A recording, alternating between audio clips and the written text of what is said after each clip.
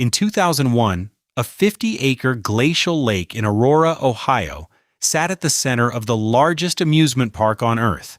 700 acres, 44 rides, 10 roller coasters.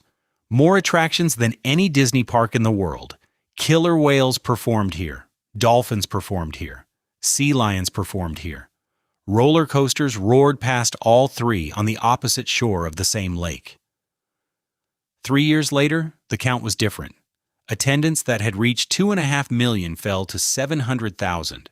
Not a decline, a collapse, inside 36 months. Today the roller coasters are gone. The lake sits behind a chain-link fence. The 700 acres are being divided between a hardware chain and a grocery chain. This is the story of how a 19th-century picnic ground on that same 50-acre lake grew into all of that, and how quickly its size became the reason it could not survive. Chapter 1. The Lake at the End of the Line. The 50 acres of water at the center of this story were not built by anyone. Geauga Lake is a kettle lake, gouged into the floor of Portage County, Ohio, by the retreating edge of a glacier, long before any trolley company thought to lay track toward it. It sits low and flat inside a ring of gentle moraine hills, fed by no major river and drained by none. It exists only because the ice happened to melt there, and nowhere else nearby. For most of the 19th century, it was simply a lake, ringed by farmland a few miles from the township of Aurora. Then, in 1887, a trolley line reached its northern shore and stopped. Interurban companies in that era did not lay track for its own sake. They built a destination at the end of the line, because a Sunday crowd paid the same fare home that it had paid coming out. Geauga Lake became one of those destinations. By 1888, the grounds had taken a shape. There was a baseball diamond for the men who rode out on weekends. A small hotel went up for the ones who wanted to stay past dark. Strangest of all was a dance floor that never touched the shore. A barge fitted out with planking and a rail, towed back and forth across the water by a steamboat, so that couples could dance somewhere out on the lake itself rather than on land at all. None of it required much capital. All of it required the trolley, running on schedule, dropping off another load of Cleveland area families at the same wooden landing. The landing itself amounted to boards laid over pilings, built to last one season at a time, exactly as much as a train schedule ever justified spending. The picnic ground crossed a threshold in 1889. A steam-powered carousel went up that year, boiler, gears, and a ring of hand-carved horses turning under canvas.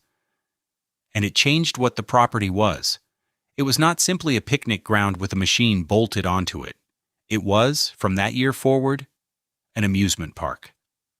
The first one built on the shore of a lake that would eventually carry a much larger one. The ride that outlasted every owner who ever held the deed came later.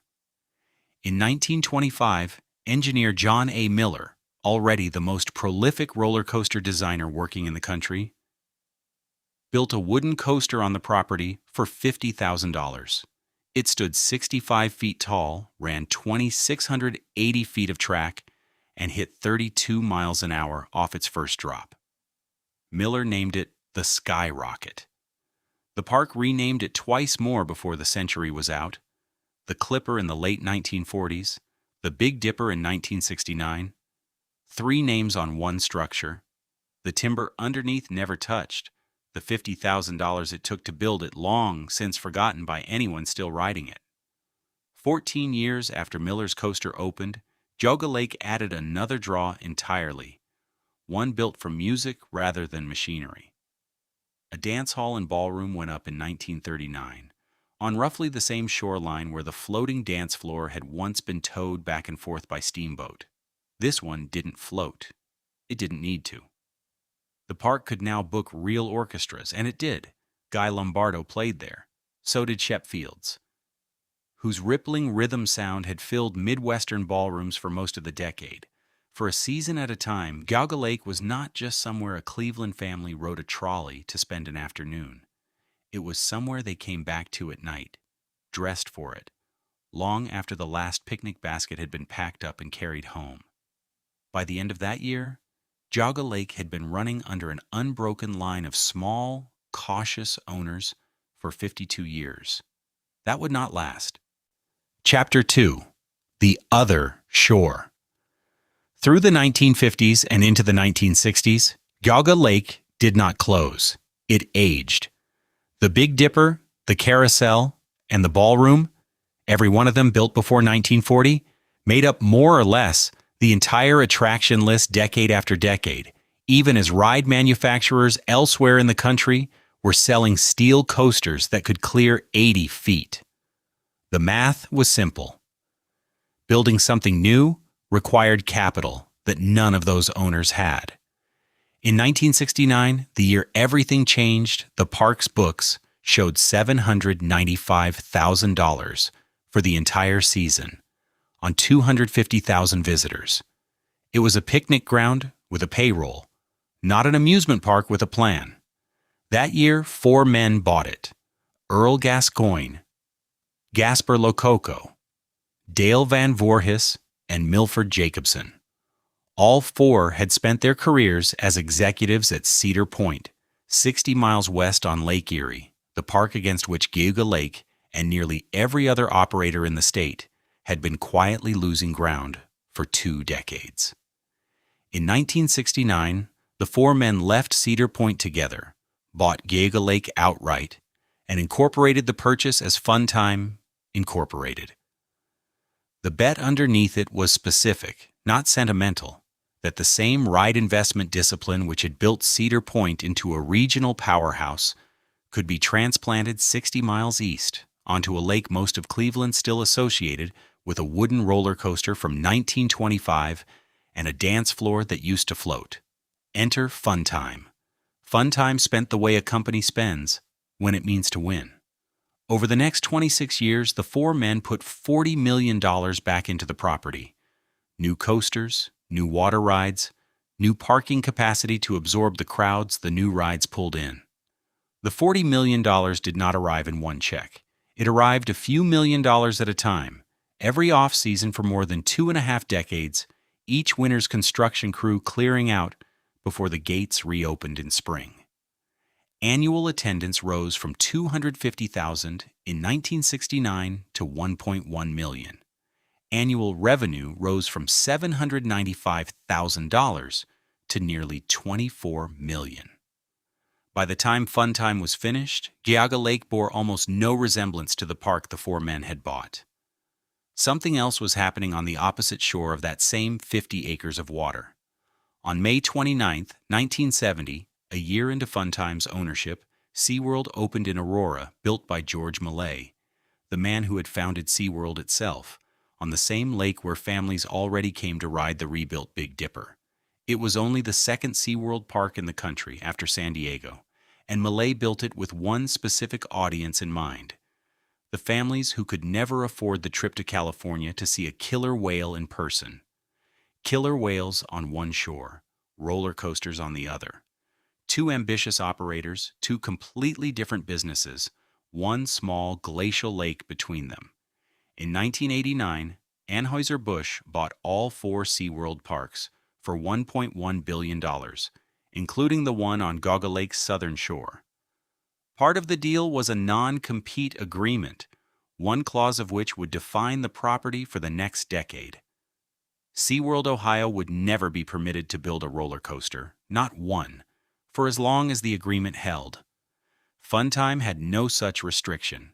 Through the 1990s, on the other shore, they kept building them, one after another, faster than nearly any regional park in the country. In 1995, 26 years after Gascoigne, Lococo, Van Voorhis, and Jacobson signed the papers that created Funtime, the 4 of them sold it. The buyer's name was Premier Parks, and within 6 years, the 2 rival parks on either shore of the same 50 acres, one built by 4 Cedar Point executives, one built by SeaWorld's own founder, would no longer be rivals at all. Chapter 3: The Name on the Gate. On August 15, 1995, 26 years after Gascoigne, Lococo, Van Voris, and Jacobson had formed Funtime, they sold it. The buyer was Premier Parks, a company that had spent the decade acquiring regional amusement parks across the country and folding them into a single national identity. The new owners did not keep the old name. Geauga Lake became Six Flags Ohio, and with the name came a different order of money. Not the patient, 26-year reinvestment of 4 Cedar Point men who had bet everything on one lake, but a corporate marketing budget built to make a park in Portage County look, feel, and ride like a park in Texas or Georgia or New Jersey. Six Flags did not sell scenery. It sold a catalog, the same steel, the same paint schemes, the same roster of name-brand thrill rides already standing at a dozen other properties the company owned. Geauga Lake had spent a century being local. Under the new sign at the gate, it was, for the first time, a franchise. The Big Dipper, John A. Miller's 70-year-old wooden coaster, kept running through the transition. The one machine on the property older than the parent company that now owned it, still turning riders through the same 2,680 feet of track, under a name that had changed twice before Premier Parks ever showed up to change everything else. The rides came fast and the crowds came with them, drawn by a name that meant something in states Geauga Lake had never advertised in before. What the corporate ledger had no mechanism to track or to prevent was what happened less than 2 years into that ownership, on a ride the company had not built and had done nothing to change. May 23, 1997, a Friday.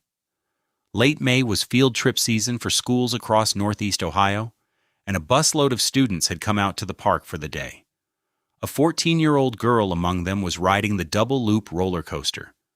During the ride, she suffered a severe asthma attack. The train completed its course and returned to the station. She collapsed shortly after it stopped.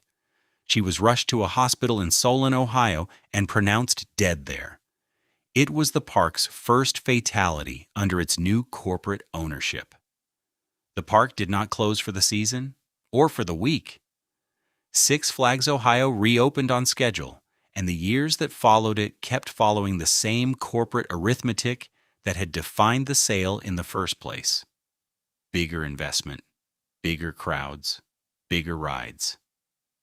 The Big Dipper, the carousel, the ballroom that had once hosted Guy Lombardo, all of it stayed standing, dwarfed year over year by steel additions that made no reference to the picnic ground underneath them. By 2000, the total for a single season alone reached $40 million, a sum that nearly matched what Funtime had spent across 26 years of ownership, now compressed into 1 year and aimed at a specific target. Six Flags did not want Geauga Lake competing with the other amusement parks of Ohio. It wanted Geauga Lake competing with the largest regional parks in the country, with Cedar Point, 60 miles down the shore of Lake Erie, the very park 4 of its former executives had once left to build something smaller, 3 miles across, the same 50 acres of water, on the shore where killer whales still performed twice a day. The marine park that had never once been allowed to build a coaster of its own was heading quietly toward its last season. Chapter 4. The Last Season. On October 29, 2000, SeaWorld Ohio closed its gates for the 30th time. The season had run since May on the same shoreline where George Millay had opened the park in 1970, and by the standard of an Ohio marine attraction that had operated 3 decades without a single roller coaster to its name, it had run about as well as it ever would. Anheuser-Busch, which had owned the park since the 1989 acquisition, and the non-compete clause that came with it, did not announce a 31st season. Within weeks, Busch Entertainment put the property up for sale instead. 30 years of killer whale shows and dolphin pools offered to the highest bidder. The buyer did not have to look far. Six Flags Ohio sat on the opposite shore of the same 50 acres of water, and in January of 2001, it paid Busch Entertainment $110 million for for the marine park it had spent 3 decades staring at across the lake. The sale ended a rivalry that had defined both properties since 1970. Coasters on one shore, whales on the other, a non-compete clause running between them like a property line drawn straight through open water. That line was gone. The two parks now had one owner. What Six Flags built with that ownership in 2001 was not two parks operating side by side. It was one park merged whole, 700 acres, 9 themed lands, 44 rides including 10 roller coasters, a full water park, an aquarium, a water ski stadium, and 4 separate animal show stadiums. Dolphins performed in one of them. Sea lions performed in another. Penguins, sharks, stingrays, and zebras rounded out an animal roster that no other amusement park in the country carried, alongside a 10-coaster lineup. A single new name went up over what had been 2 separate front gates, Six Flags Worlds of Adventure. At its opening that year, measured by acreage alone, it was the largest theme park anywhere on Earth. Picture the entrance plaza on a Saturday afternoon in the summer of 2001. A coaster train crests a lift hill on the ride side of the property, chain clanking against the gears, and somewhere behind the tree line on the opposite shore, a killer whale clears the surface of its pool and comes down in a sheet of water loud enough to carry across 50 acres of lake. A dolphin show is letting out on one side of the grounds. A line for a wooden coaster older than most of the people standing in it is filling in on the other. Families cross a single bridge over the water that, for 30 years, had marked the boundary between 2 competing businesses. 2 ticket booths, 2 parking lots, 2 names on 2 different maps of the same small Ohio lake. Now it is 1 bridge, 1 ticket, 1 gate. 9 themed lands answer to a single company. The whales and the coasters share a logo for the first time in their history. It had taken 31 years. From the morning George Millay broke ground on the opposite shore to the January afternoon, a $110 million wire transfer closed the non-compete clause for good. For Geauga Lake to stop being 2 rival ideas about what a family vacation should look like and become one very large idea instead. The cost of running an operation that size at full capacity every summer after this one was not part of the calculation that January.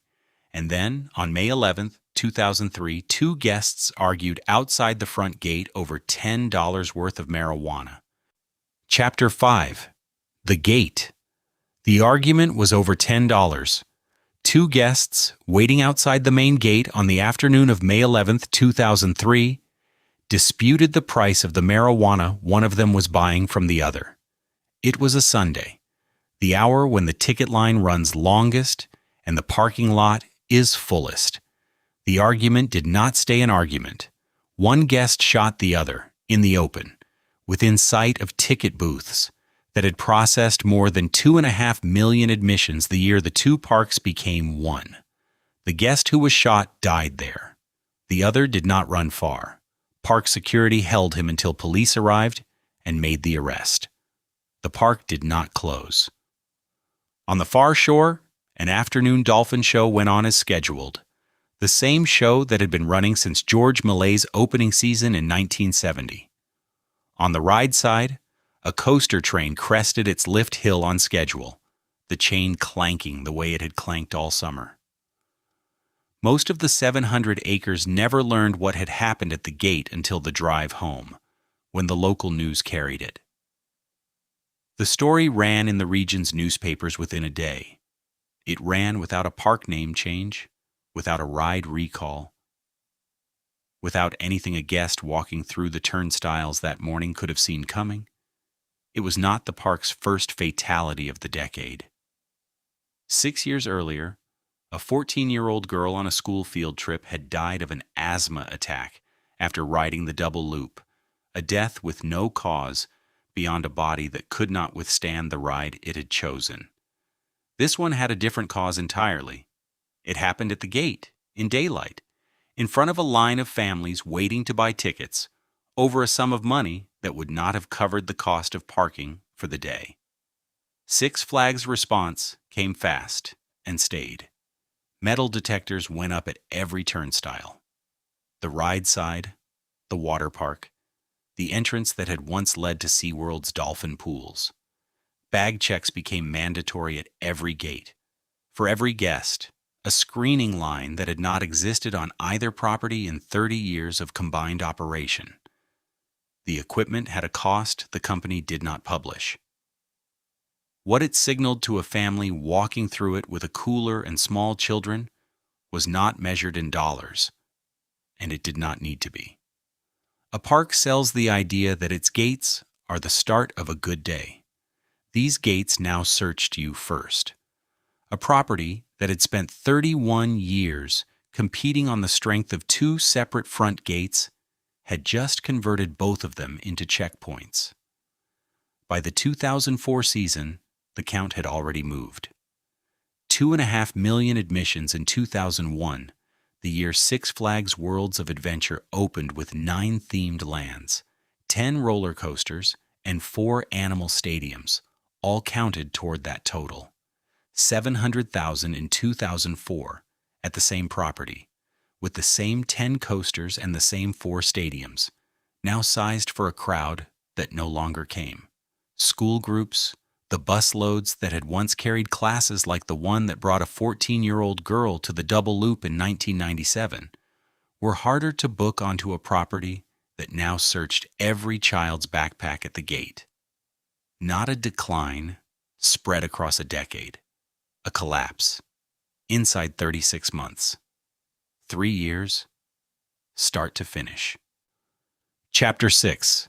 The Parts That Left.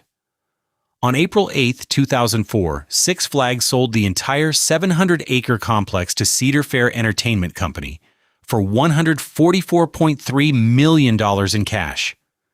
The announcement moved through the trade press and the regional papers with the flatness of any other piece of corporate real estate news. A buyer, a seller, a closing date, a wire transfer. The paperwork was specific about what the sale did not include. The killer whales, the dolphins, the sea lions, and the sharks stayed with Six Flags, which relocated the animals under its own arrangements. The Six Flags name went with them. So did the Warner Brothers characters, who had been walking the midways in Bugs Bunny and Daffy Duck costumes since 1995. Cedar Fair, which had just paid $144.3 million for a park it was not permitted to call by any of the names that had made it famous for the previous 9 years, gave it back the one name nobody could dispute. Geauga Lake, again. The same name the property had carried since 1887. Six Flags had paid $110 million for SeaWorld Ohio alone in January of 2001. 3 years later, both parks together, 700 acres and every ride on them, changed hands for $144.3 million. Cedar Fair was not a stranger to the region. Its flagship property, Cedar Point, sat 60 miles northwest on the shore of Lake Erie, a park that had been operating rides since 1870 and had spent decades building its national reputation on a single claim: more roller coasters than anywhere else on Earth, the self-proclaimed roller coaster capital of the world. Geauga Lake's 10 roller coasters now belong to the same company that owned Cedar Point's. 2 major parks, one owner, a little over an hour's drive apart on the Ohio Turnpike, both drawing from the same overlapping stretch of Ohio, Pennsylvania, and Michigan. A company does not typically spend $144.3 million on a rival's ride inventory in order to keep every one of those rides running twice. Cedar Fair operated other amusement parks across the Midwest and the East Coast by 2004, and it had a long practice of moving equipment between them whenever one property carried more than it needed and another carried less. Geauga Lake, Skirisas Charwansekuriing, 60 miles from the flagship, now carried more than it needed. Cedar Fair had not bought a competitor. It had bought spare parts. Before the 2007 season opened, 2 of those parts came off the property. Steel Venom, one of the tallest rides Geauga Lake had ever built for itself, went first. Cranes lifting the track free in sections, supports unbolted from their footings, each numbered piece lowered onto a flatbed trailer for the drive north. The drive north followed the same Ohio Turnpike corridor that had separated the two parks by a little over an hour. 60 miles of highway a flatbed could clear well before the day's shift ended. X-Flight came down the same way. The Q line was stripped out. The station came down next, then the track work itself until the ground where riders had once climbed the lift hill was nothing but bare concrete and a pattern of exposed bolt holes. Neither coaster left in one piece. Neither would reopen under its own name. Both were bound for other Cedar Fair properties, to be rebuilt for crowds that had never once seen them running at Geauga Lake. The work took weeks, not days, and it happened in the off-season, before the gates reopened for another summer, so that the guests who came back that spring found 2 gaps in the skyline and no sign explaining where the rides had gone. What had been engineered and poured and bolted into this lakeshore was now freight on a highway, headed toward a park that already had plenty of its own. 10 roller coasters had greeted guests at the merged park in 2001. By the time the trucks finished their runs, Geauga Lake had 8, in a season Cedar Fair had not yet said would be its last. It would not need to say so for long. Chapter 7. The Last Oktoberfest. September 16, 2007 fell on a Sunday, the last day of that year's Oktoberfest weekend, an event the park had run every autumn for years as a way of stretching the season past Labor Day. Steins, pretzels, a polka band on a stage near the entrance. The gates opened at 10 that morning the way they had opened every operating day since 1887.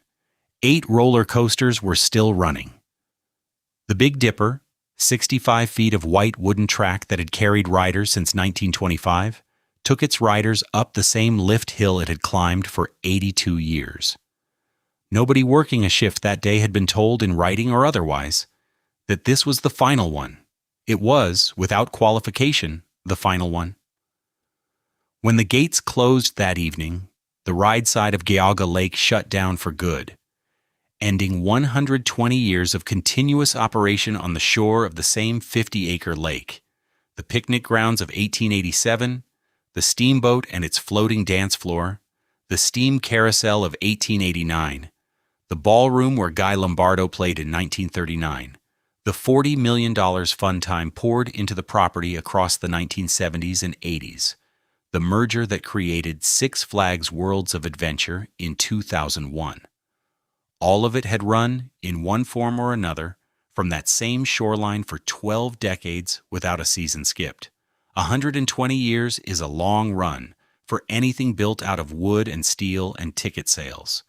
It ended on an Oktoberfest weekend, with a polka band on a Sunday in September, and nothing in the closing announcement that evening said so. Cedar Fair did not confirm what had happened until 5 days later. On September 21st, 2007, the company issued a statement making it official. The ride side of Geauga Lake would not reopen. Only the water park would return the following season, rebranded Geauga Lake's Wild Water Kingdom, operating on a fraction of the 700 acres the merged property had carried in 2001. 8 roller coasters, 40-plus rides, 9 themed lands. All of it, as of that Friday statement, permanently closed. The company that had bought the property for $144.3 million in 2004 and had already shipped 2 of its coasters north to Cedar Point before the 2007 season even opened, was now closing the rest of it, rather than running it at a loss. The following year, an auction firm was brought onto the property to liquidate what remained. Auctions of this kind follow a predictable inventory. Entrance signage comes down first. The marquees and directional placards that carried a park's name and logo sold to collectors or scrapped for the metal. Ride vehicles go next where they can be separated from the track and hardware they ran on.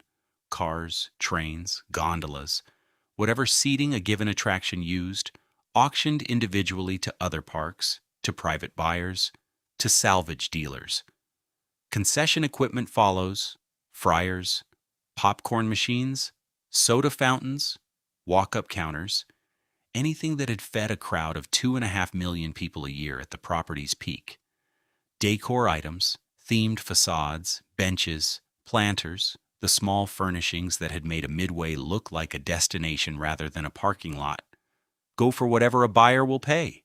Strangers who had never bought a ticket to the park walked its shuttered midways that year with auction catalogs and buyer's numbers, looking at what was left of a property that had spent $40 million on rides in a single season just 8 years earlier. Not everything found a buyer that year. The structures too large to move in a weekend. The steel coasters still bolted to their footings. The Big Dipper's wooden lift hill still standing 65 feet over the empty midway. Stayed exactly where they were, fenced off, closed, waiting for whoever might come looking for them next. Chapter 8: The Lake Behind the Fence. In 2010, the Big Dipper went up for public auction. It was 85 years old by then.